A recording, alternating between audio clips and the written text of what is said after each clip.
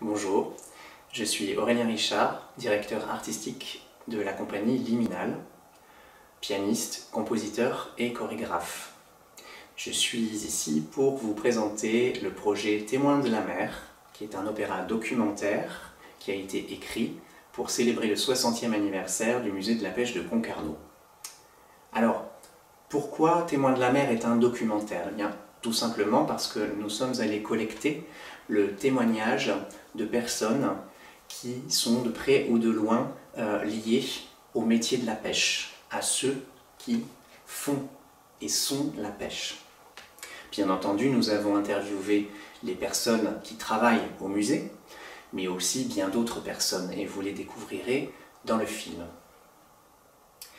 Témoins de la mer, c'est aussi un opéra. Cela chante, donc cela joue. À partir de ce que nous avons pu entendre, de la parole des interviewés, mon équipe et moi avons décidé de travailler sur une forme opératique, c'est-à-dire d'utiliser la parole des interviewés comme un possible livret d'opéra. J'ai ajouté de la musique, une musique qui est interprétée par deux chanteurs, une soprano et un baryton. Une violoncelliste rejoint l'équipe, ainsi qu'un pianiste, qui est ici devant vous. Ce piano est un piano presque orchestre, puisque nous n'avions pas la possibilité d'avoir un orchestre en entier. Alors l'idée c'est d'avoir une partition complexe de piano, mais qui puisse faire donner l'impression en tout cas de sonorités orchestrales.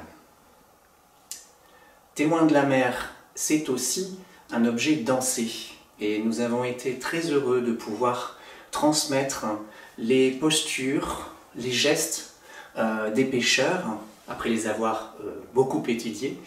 Nous les avons transmis à des élèves de Saint-Jean à Concarneau et de l'école Paul Gauguin à Melvin.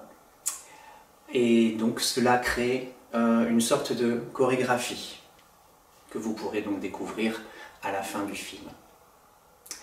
Témoins de la mer, je le redis, c'est donc un film, un opéra documentaire, et je suis très heureux de pouvoir vous le présenter, et je vous souhaite désormais un bon visionnage.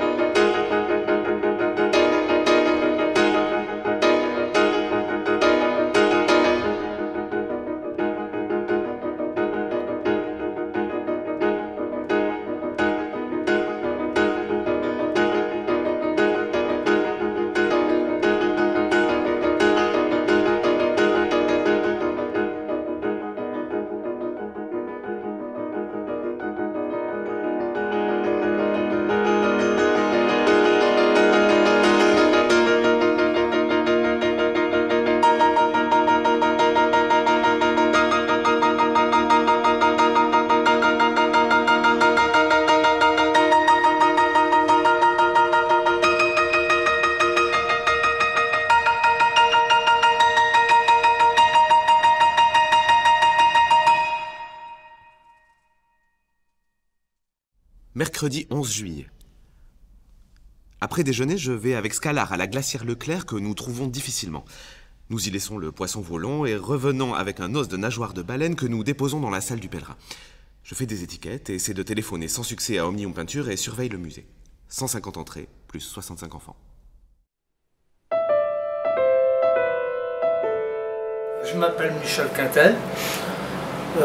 Je suis ancien marin-pêcheur, petit-fils de marin-pêcheur, fils de marin-pêcheur, donc toute la famille était dans la pêche. J'ai quitté la navigation pour des conditions de travail, de famille, de beaucoup de choses. Il faut être dans le milieu pour le comprendre, hein. C'est pas une vie rose d'être marin-pêcheur. Il faut l'avoir dans les tripes, mais quand on part, ça reste toujours. Il y a toujours une âme de marin qui reste dans la tête. On ne peut jamais oublier tout ce qu'on a vu, tout ce qu'on a ressenti, et on n'oubliera jamais. Il ne faut pas oublier d'ailleurs. Il y a des moments super, des moments qu'on n'oubliera jamais, qui restent en tête, des moments où c'était un peu plus monotone, mais bon, c'est la vie.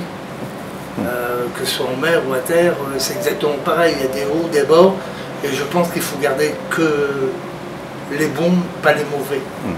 Naturellement, il faut en parler des mauvais moments, pour faire rappeler aux gens aussi qu'est-ce que c'est la vie de marin-pêcheur, pas que le marin, la femme aussi.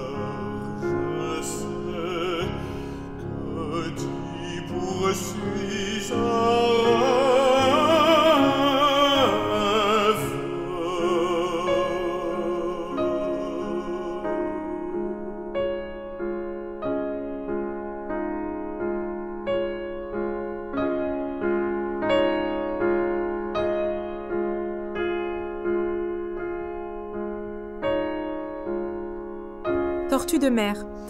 Lui donner des coquillages vivants, moules. Il se peut que pendant 15 jours, 3 semaines, elle ne veuille pas manger. Lui donner des poissons à chair tendre, car elle a l'œsophage fragile. Si elle ne les mange pas, retirez les poissons morts, mais laissez les moules. Si au bout de 3 semaines, elle ne mange toujours pas, lui donner des algues vertes.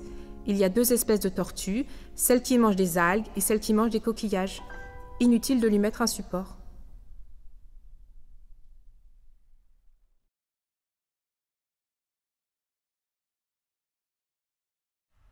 la bouche d'un jeune rorcal, les chasseurs et les victimes, pêche du requin pèlerin à Concar. Le petit hameçon de mer, Pêche de lapin, langoustine, de lapin sous poche.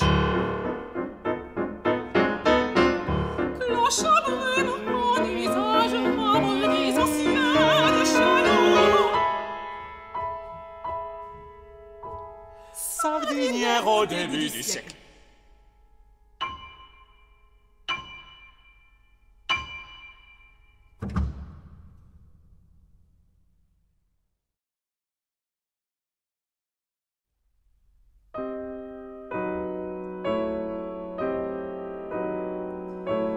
Le pêcheur qui employait le couteau travaillait si sans mort à l'heure.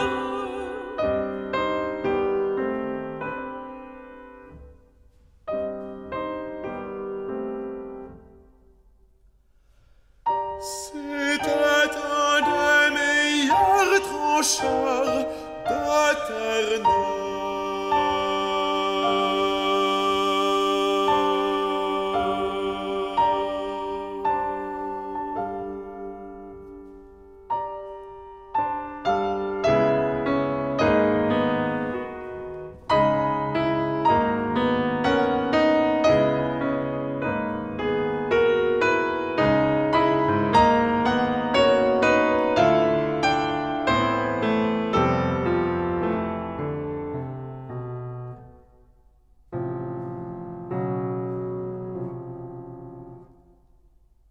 On donne 3 coups de couteau trancheur par poisson.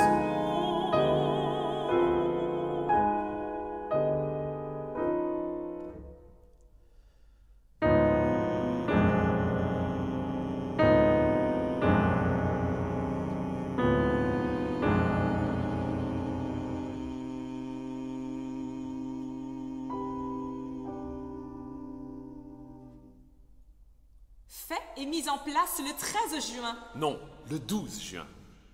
1963.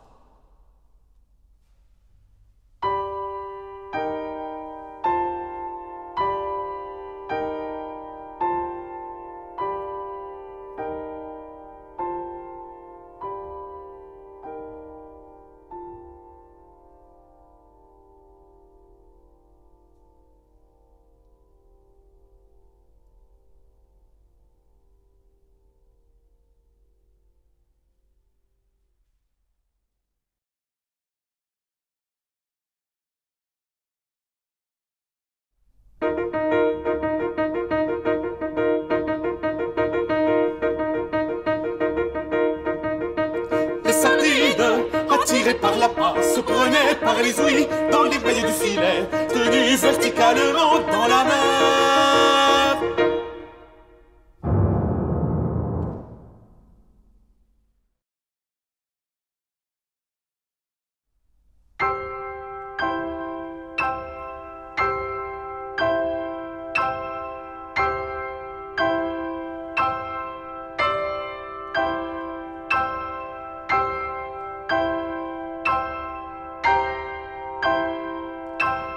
Gautre sardinier, Cognac, chaloupe sardinière, canon maquereau, sardinier à moteur, chalutier en bois, biscuit de synagogue et golfe du Morbihan.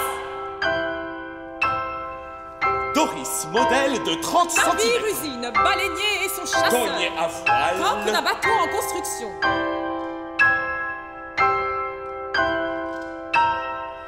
bateau de pêche, Et de carnot, chalutier à voile de Boulogne, Pascano sardinier, langousté de Camaret, baleinier à voile, chalutier à voile, barque de trophée.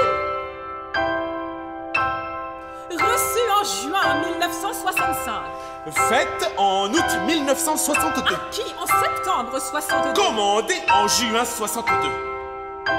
Livré le 19 mai 63. 600 francs.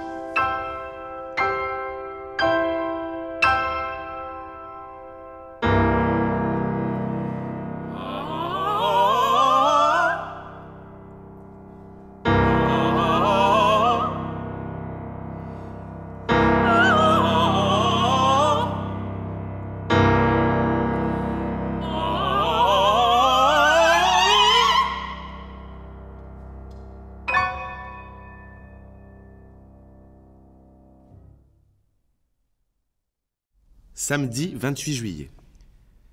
Visite de Dubillot d'Ouest-France qui reste très longtemps au musée.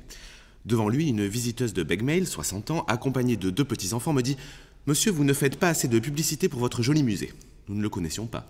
C'est une petite merveille, vous devriez mettre des affiches à Begmail, Fouesnant, Bénodet, Quimper, car il vaut la peine d'être visité. Nous n'avons pas mieux à Monaco. Nous reviendrons certainement l'année prochaine. À 19h, alors que je comparais les entrées de l'an passé avec celles de cette année, juillet, j'ai la visite d'un monsieur accompagné de 2 enfants. Je lui dis que le musée est fermé depuis une demi-heure, mais devant son insistance et pour lui faire plaisir, je lui fais visiter la salle des aquariums en bavardant avec lui et en lui donnant les explications nécessaires.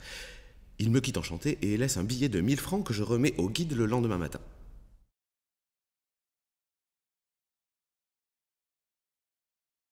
Oui, c'est un métier passion, ouais. Alors moi, déjà à l'origine, j'ai toujours fait de la maquette, hein, parce que déjà de tout gamin, je suis tombé dans la potion magique, hein, comme dirait l'autre. Hein. Et voilà, c'est une passion qui m'a dévoré toute ma vie.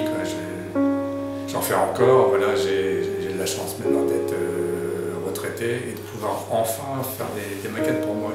Là,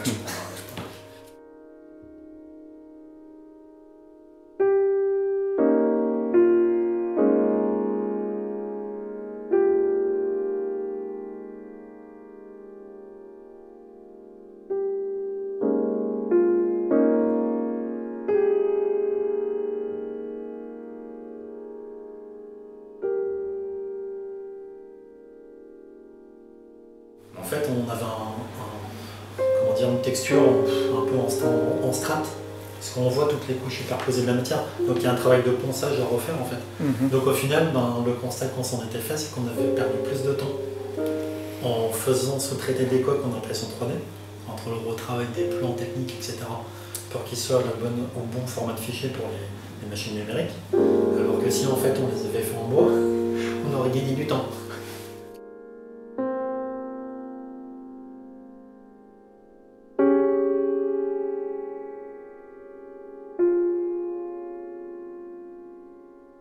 Moi, ça, je ne l'ai pas connu. C'est vrai que j'aurais bien aimé connaître la période que Joly a vécue, avec des passionnés, des bénévoles, etc. Hervé Glou, tous ces gens qui étaient vraiment passionnés en fait, par le monde maritime et qui avaient envie de, tous les ans de faire avancer le musée en fait, pour apporter des nouvelles choses. Moi, je ne l'ai pas connu, ça.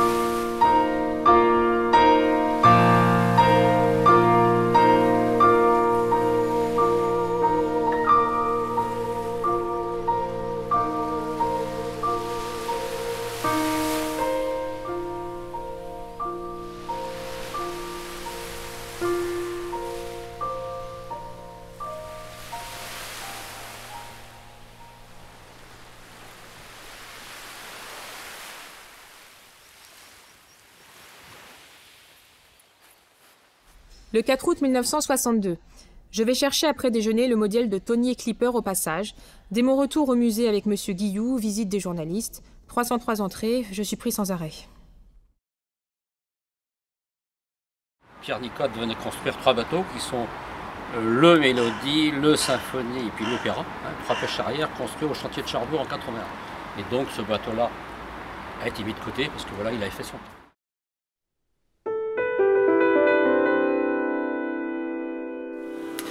C'était un vieux chalutier de Concarneau que l'armateur avait désarmé parce qu'il y avait un gros problème mécanique.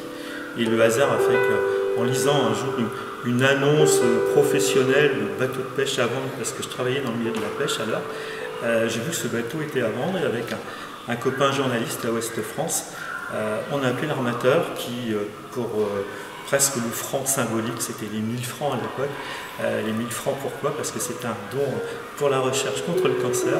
Ce bateau est arrivé au musée dans un premier temps à travers une association qui s'appelle l'association Almerica tout simplement, dont le siège était au comité local des pêches, dont j'étais le secrétaire, et qui était présidé par un patron pêcheur et qui réunissait l'ensemble des acteurs du port. Et c'était une étape importante à récupérer ce bateau, le remettre en état, prévoir un circuit de visite. Donc ça, c'est des souvenirs importants.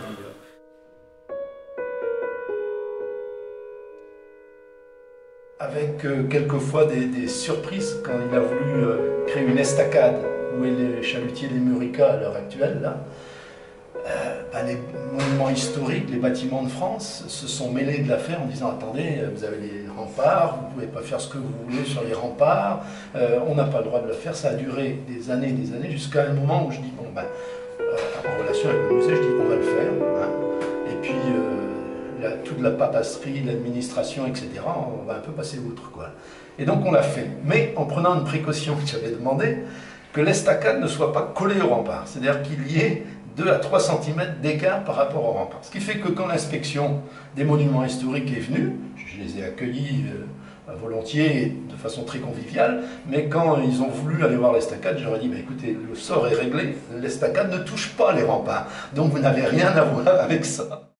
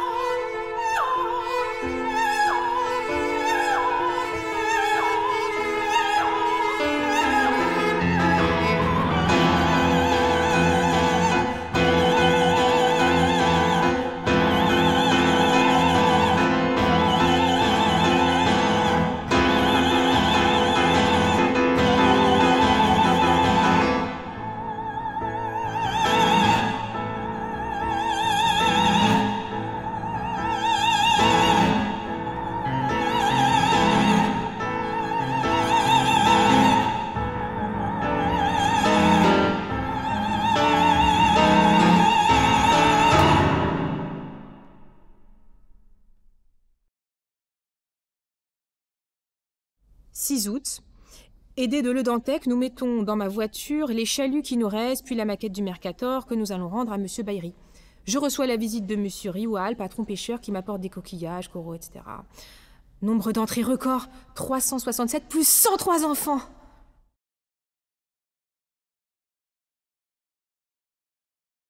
Dans la cour du musée, qui était la cour de la coopérative à l'époque, parce qu'il y avait des fûts de roc partout, ils étaient mis dans le bâtiment qui est là-bas derrière, et quand il y avait des livraisons, c'était des cargos qui venaient livrer les fûts de roc. La roc, c'était l'appât pour les sardines, hein. Ça venait de Norvège, ou du Danemark, enfin, c'était des pays nordiques, c'était une espèce de mixture qui faisait appât pour les sardines. Les pêcheurs balançaient ça à l'eau, et puis après, avec les filets, ils arrivaient à capturer les sardines. Et donc, la coopérative recevait des fûts de roc par cargo et mettait ces fûts de roc ici, dans le bâtiment ou dans la cour quand il n'y avait plus de place dans le bâtiment. Et donc, pour nous, c'était un terrain de jeu exceptionnel d'aller courir sur les fûts de roc sans précaution, sans rien, rentrant crotou à la maison, tu as été encore sur les fûts de roc, etc. Bon, là, ça fait partie de la vie. Et les fûts de roc, c'est resté parce que non seulement c'est une vision, mais c'est une odeur, les fûts de roc.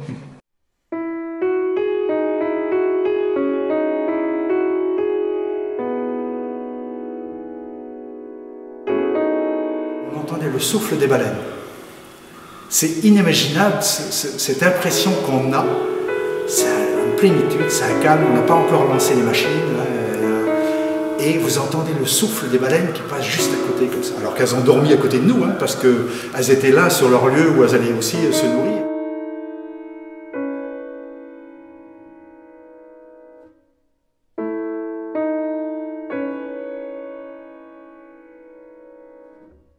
Je suis devenu pêcheur parce que voilà, dans mon quartier là-bas à Landemort, qui est un quartier de marins, on devenait pêcheur. On est d'une génération de l'après-guerre. Souvent, nos parents n'avaient pas les moyens qu'on poursuive nos études.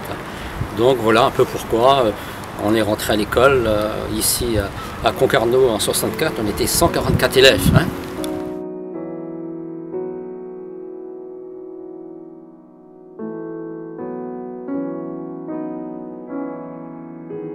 En général, quand on est à bord de ces navires,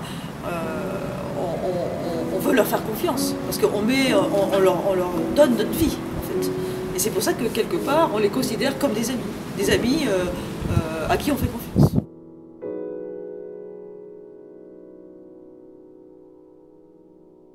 Et puis, quand on arrive, la première fois qu'on arrive aux Seychelles, vous vous rendez compte, quand vous dites que vous allez travailler, ah bon, vous travaillez où ça, aux Seychelles? Ah, comment? Aux Seychelles. Et vous allez comment? Ben, en avion. Vous allez en avion, on travaille? Ben oui, c'est ça.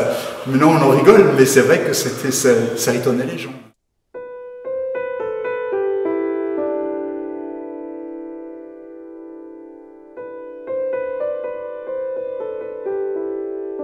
On allait à l'aéroport pour avoir les positions des cyclones, parce qu'on n'avait aucun moyen de ces positions-là. Donc il fallait, on allait à l'aéroport, chaque capitaine, moi je rentrais de congé, j'allais prendre la position, je les prenais, je pointais ça sur les cartes, et l'autre capitaine qui passait 3-4 jours après, il faisait la même chose, il donnait la position, on s'échangeait les positions, comme ça on connaissait le développement du cyclone, s'il s'écrasait, c'était une simple dépression, mais s'il continuait, s'il forçait, et on avait tout son déplacement, la vitesse de déplacement, donc on pouvait le positionner, et à nous de jouer là-dessus.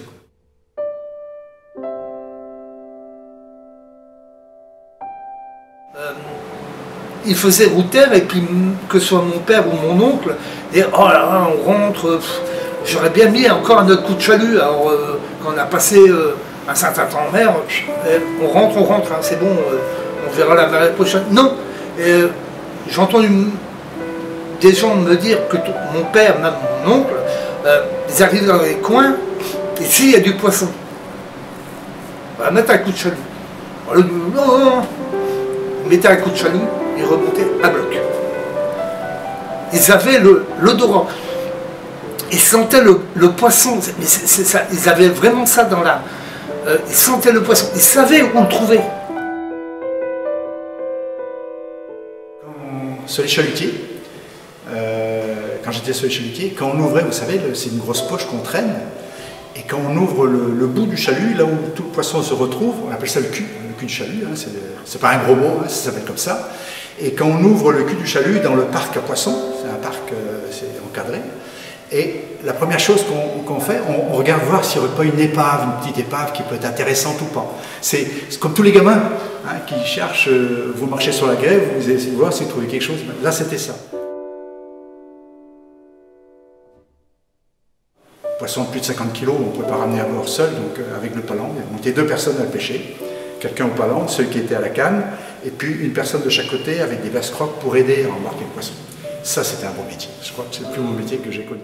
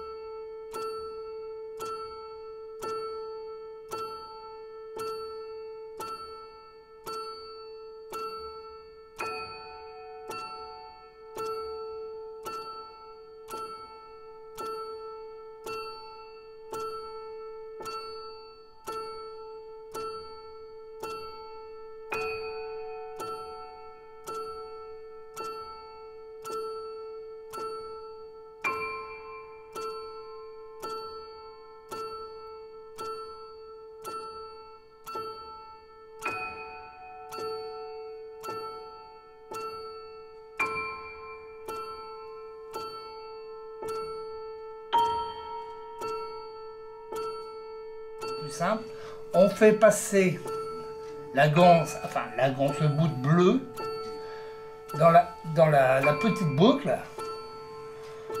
Voilà.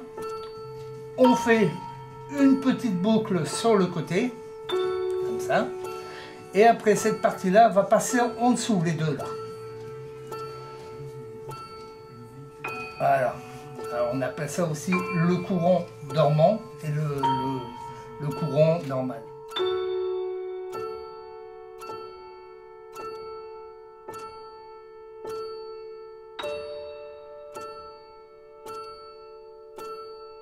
Différentes couleurs. Et on va d'abord faire un nœud. Voilà, on a fait un nœud là. D'accord? Eh ben, on va mettre le vert avec le vert et le bleu qui est là va rejoindre le bleu qui est là. C'est-à-dire qu'il va prendre le même sens. Voilà, et on a le nœud plat.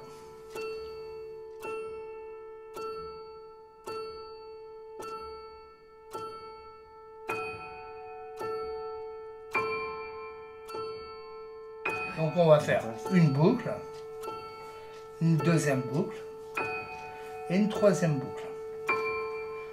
Après, mon pouce, mon index, j'attrape l'intérieur. Derrière, pareil. On attrape celle du milieu. Hop. Et on tire dessus. Hop. Et voilà.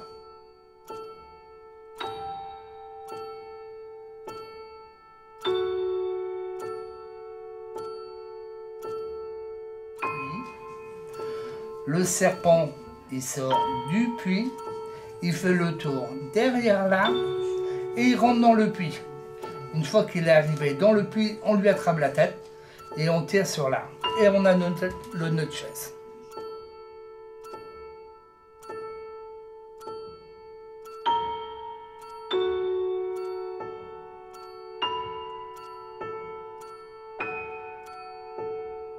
D'abord, on le fait passer comme ça. Hop. Et voilà.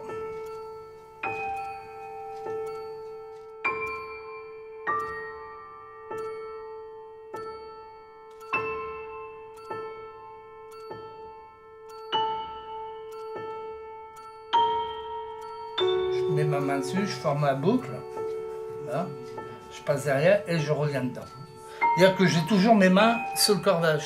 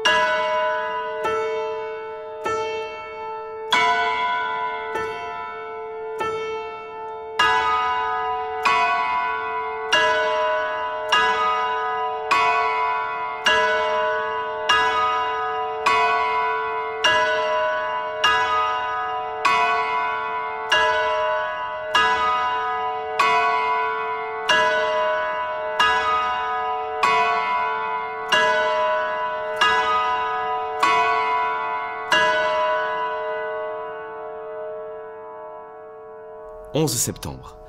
Le matin, je passe une couche de coronil sur le contreplaqué courbé d'angle mis la veille par l'ouvrier de Monsieur Le Gaudran pour présenter l'épave. Puis je termine le calque des tonides pris la veille chez Chevannes, Merceron et Ballery. L'après-midi, je passe à l'encre de Chine la planche des tonides que je termine. Puis passe une seconde couche de coronil sur le contreplaqué. Visite de Monsieur Gwenaël Bolloré.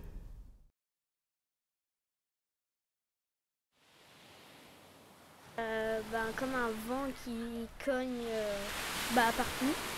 Je ne sais pas trop, mais je pense les vagues, ça doit claquer. Et on doit entendre le bruit du vent, des gros bruits et une tempête plus petite, mais ça ferait tout le temps du bruit. Une tempête, on entend le tonnerre, les vagues, le bateau qui grince de partout et les secousses aussi. Une tempête, c'est très fort et un orage, ça ne fait que du bruit. Du vent qui souffle très très fort. Et si tu es dans la mer, le bruit des vagues. Le bruit du vent, de la mer, des fois des bateaux qui s'échauffent, qui se cassent, des bruits, des mâts qui tanguent, les corps qui frappent contre les mâts. Et oui, l'orage c'est plus ça gronde et la tempête c'est plus vent et tout ça, il pleut, on entend les bruits.